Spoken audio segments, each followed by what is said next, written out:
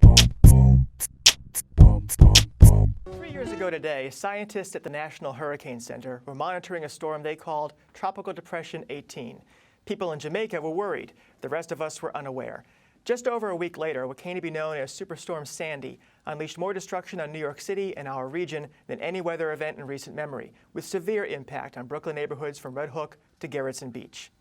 In the storm's aftermath, questions were raised about the capacity of local government to deal with the devastation, the potential growing risk of coastal life amid climate change, and the ability of hard-hit neighborhoods to come back. Today, we'll discuss those issues and more with veterans of the storm and the recovery. We welcome City Council member Mark Traeger from District 47, which includes parts of Coney Island, Gravesend, and Bensonhurst. Councilman Traeger is also chair of the Committee on Recovery and Resiliency. Thanks for being here. Thank you. Sister Savon James is assistant pastor of the Coney Island Gospel Assembly. Welcome back. Thank you. And Kimberly George is the executive director of Rebuilding Together New York City, which is located in Red Hook. Hi, Kimberly. Savon, let's start with you. Sandy was 3 years ago. It covered a broad reach of the region, and not everyone saw the destruction in each neighborhood. What did Sandy look like and feel like in Coney Island? Two words come to mind immediately: devastating and surreal. Something out of a movie scene, hauntingly life-changing, something that we never could have imagined in our most vivid imagination, or just something that was, like I said, life-changing, something life-altering, and something that brought to mind the fact that we were pretty vulnerable in Coney Island. City Limits did a story about your church in the aftermath, and at that point we heard that you were seeing 3,000 people a day coming to the church. Absolutely. What were they coming for? What did they need? For basic need, food, heaters, clothing, things for their children, for canned goods. Even we were blessed to be able to receive donations such as even bedding, blankets, anything that would provide basic needs for people, because people were cold, people were hungry, and people were afraid. People were traumatized. They were devastated by what had just taken place. Kimberly, your organization has been active in several neighborhoods hit by the storm. Is it a similar story elsewhere? Was the effect different in different places? What's your view of how the storm hit? Each neighborhood is absolutely different, and the stories are very different for what went on there. This devastation hit all the coastal regions of the city, but the form that it took was slightly different in the communities. Gerritsen Beach was in Rockaway, Queens, and as we know, Staten Island, those were all severely damaged. Councilman, you're one of the reasons we have a committee on resiliency and recovery. Take us from Sandy to where we are now, different neighborhoods that suffer different kinds of devastation. Have they seen different kinds of recovery? Where do we stand?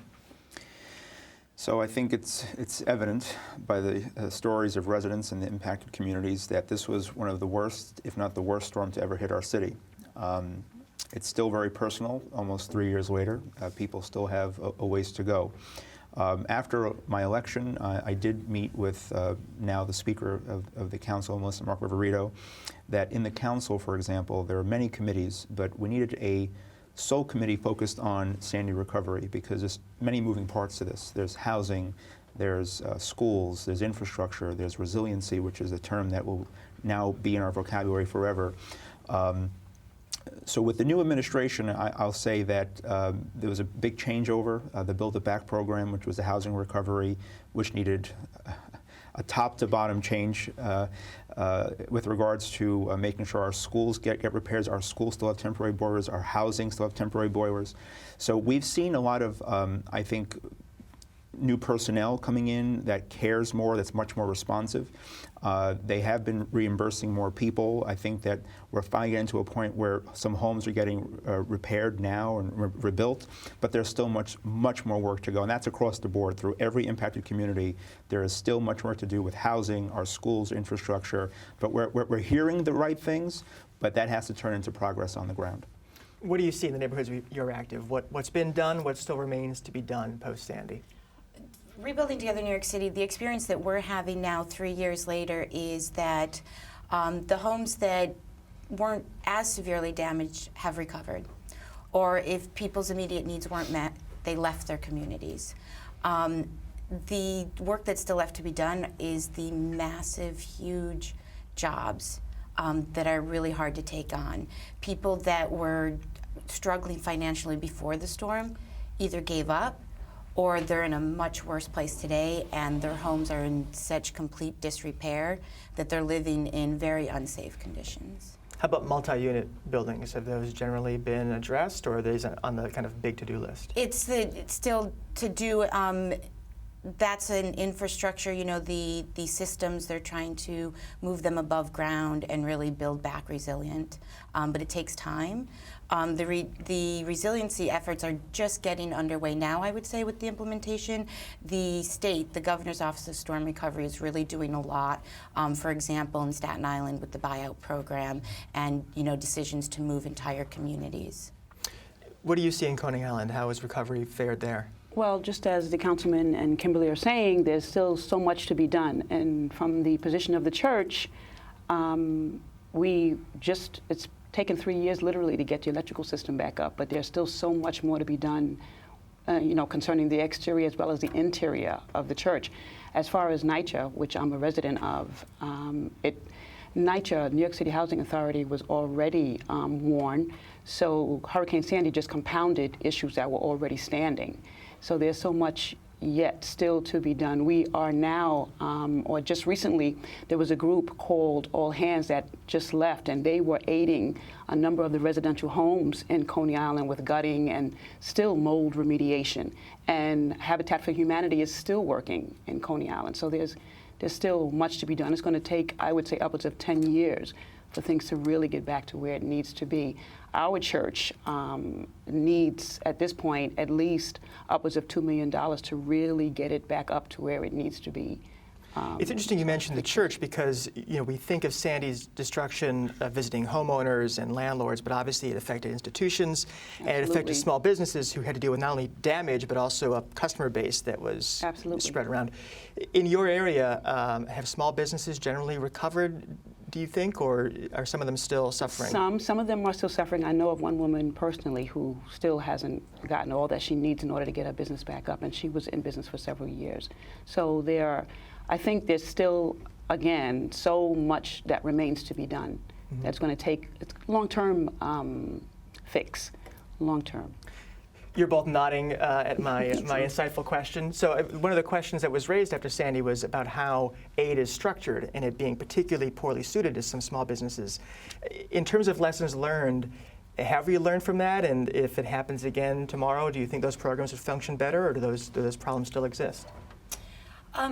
I think we have learned. I think they still exist. I think as a country, we need to look at models for disaster recovery, and I think we need to look towards FEMA and HUD, who has experience across the country. Of course, there's no one-size-fits-all. Every location is going to be different, but to make sure that we're learning from previous lessons, you know, from Katrina, for example, and that we're implementing those, thinking about it before the disaster, so when it occurs, we can move much more quickly. Speaking of moving quickly, something I wanted to ask you about, one of the issues after Sandy or during Sandy was that people did not evacuate. Correct. And one question that's been raised is whether folks would comply more obediently with that order today. What do you think would happen if people were told to get out? It's interesting because I think some people would probably still stay because it's their home. There are a number of people who, I don't know if people would necessarily change their response or change their attitude towards leaving. I think people are, on some level, for whatever reason, and I guess there are different circumstances, reluctant to leave what they know. Mm-hmm. And then there are a lot of people who will say, well, there is no place else for them to go. So they would rather ride it out and deal with even devastating effects of something that is traumatic as a hurricane. Councilman, tomorrow you'll be hosting or chairing a hearing 2 years after the city's major report on recovery and resilience after the storm, which people can watch at 1 p.m. on the City Council's website. What do you think about that question in terms of our overall level of preparedness, not necessarily building back, but being ready for the next one? Are you satisfied with what you've seen so far? You know, I I commented and I observed that in the previous administration, they printed a lot of brochures, and they still do with the new administration, about be ready, urging residents to be ready about these storms. The question I have for government, are we ready? Because quite frankly, we were not. As far as paperwork, as far as regulations, the federal government made it actually more rigorous process to recover after Katrina, after what happened in New Orleans.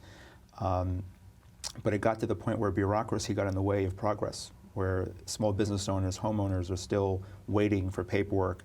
We're waiting for these rules and regulations from SBA, which is a federal small business administration. When people applied for grants or money to help rebuild their homes or businesses, for example, they were urged to take out a loan. And now when they're getting their grants, that's being used against them and hurting the money which they get back from the government. And that's a HUD rule, that's an SBA rule. So I would say that people, residents who are impacted, they've learned a lot. But the government still has to learn some more, because quite frankly, we have to get our house in order and making sure that we're up to date with these regulations and rules, making changes along the way to make it easier for progress to happen much faster and not 3 years after a storm. What about the resiliency measures that are being put in place? That's the second R to recovery. Yes. The city is in the midst of the early stages of a $20 billion plan to build wave attenuators and seawalls and things of that nature. What do you think of that plan, and what do you think of what's been done so far? If Sandy, God forbid, were to come again tomorrow, would we be substantially safer from it? So here's something that people need to know. All it is just a plan. At this point, it's not a funded plan. There are many studies that are underway. In our community in Coney Island, for example, there's a study underway about the Coney Island Creek, we were hit by three sides. The ocean came up over the beach and boardwalk. And I want you to know, in terms of context, our beach is about 13 feet higher than the Rockaway Beach. And the ocean came up over our beach and boardwalk. We're also hit from Gravesend Bay and Coney Island Creek. So there's a study the city's undertaking to see how to make our area more resilient. But a $20 billion plan with not $20 billion to implement it. So there's a bunch of studies around the city now how to make our city more resilient, but we will need our federal government and the state to step up to actually actualize this vision. You mentioned people leaving some areas that were affected, perhaps because they couldn't get the repairs done in their houses, maybe because they were worried about living that close to the water for the future. But when you think of the neighborhoods that you've been working in, have they been changed by the storm? Has the population shifted? Have you seen gentrification? Are they different places now because of the impact of Sandy? Sure, absolutely. The landscape is very different. Just for example, visually, a lot of the homes are being elevated. It presents challenges when some homes are elevated and others are not for the landscape, or in neighborhoods where you have connected row houses. And the City Build It Back program is coming upon situations where one home may be eligible for elevation and another home is eligible, but the one in the middle is not eligible for whatever reasons for the program. And how do you handle that situation? And those are some of the problems that are slowing the process, is working through these issues. But it's certainly changing what the neighborhoods look like. Another example is that there were a lot of illegal basement apartments that provided much needed housing for our city's low-income population, and those units don't exist anymore. So the people don't live there anymore, and where are they going? And it presents a lot of challenges for the housing stock in this city. Councilman, do you feel the city has come to grips with what climate change is going to mean? If you look at the predictions, year 2100, after we'll all no longer be doing TV appearances, but the prediction is that sea level could be 6 feet higher. Communities now where people live may not be viable anymore. Is that something that we really have kind of got our arms around? So I think everyone is certainly, I think at all levels in government here, we recognize that this is a very serious issue. It's here. And the one thing I urge people is that we shouldn't just prophesize, it's already happening. The impacts are being felt. And so we need to begin to prepare now. Now, having said that, we will always remain a coastal city. We'll always be a coastal community. That's not going to change. I don't think there's any way possible. I don't care what we create or a wall. You build a 10-foot wall, Mother Nature will give you a 20-foot wave. So I think what we have to do, though, is build smart. And for example, Coney Island Hospital, part of their FEMA plan and FEMA funding is to elevate critical infrastructure, because during the storm their ER was destroyed, their infrastructure was destroyed. This way they build a new tower and they'll elevate their generators so they don't lose power, and people who are on life-saving devices don't have to be moved during the most critical times after a storm recovery. So I think that New York will always be a coastal city. We'll always deal with the brunt of climate change, but how do we build smart and more resilient to minimize the impact of climate change? Well, some changes taking place, and there'll probably be more when we come together again next year, hopefully. So thank you very much.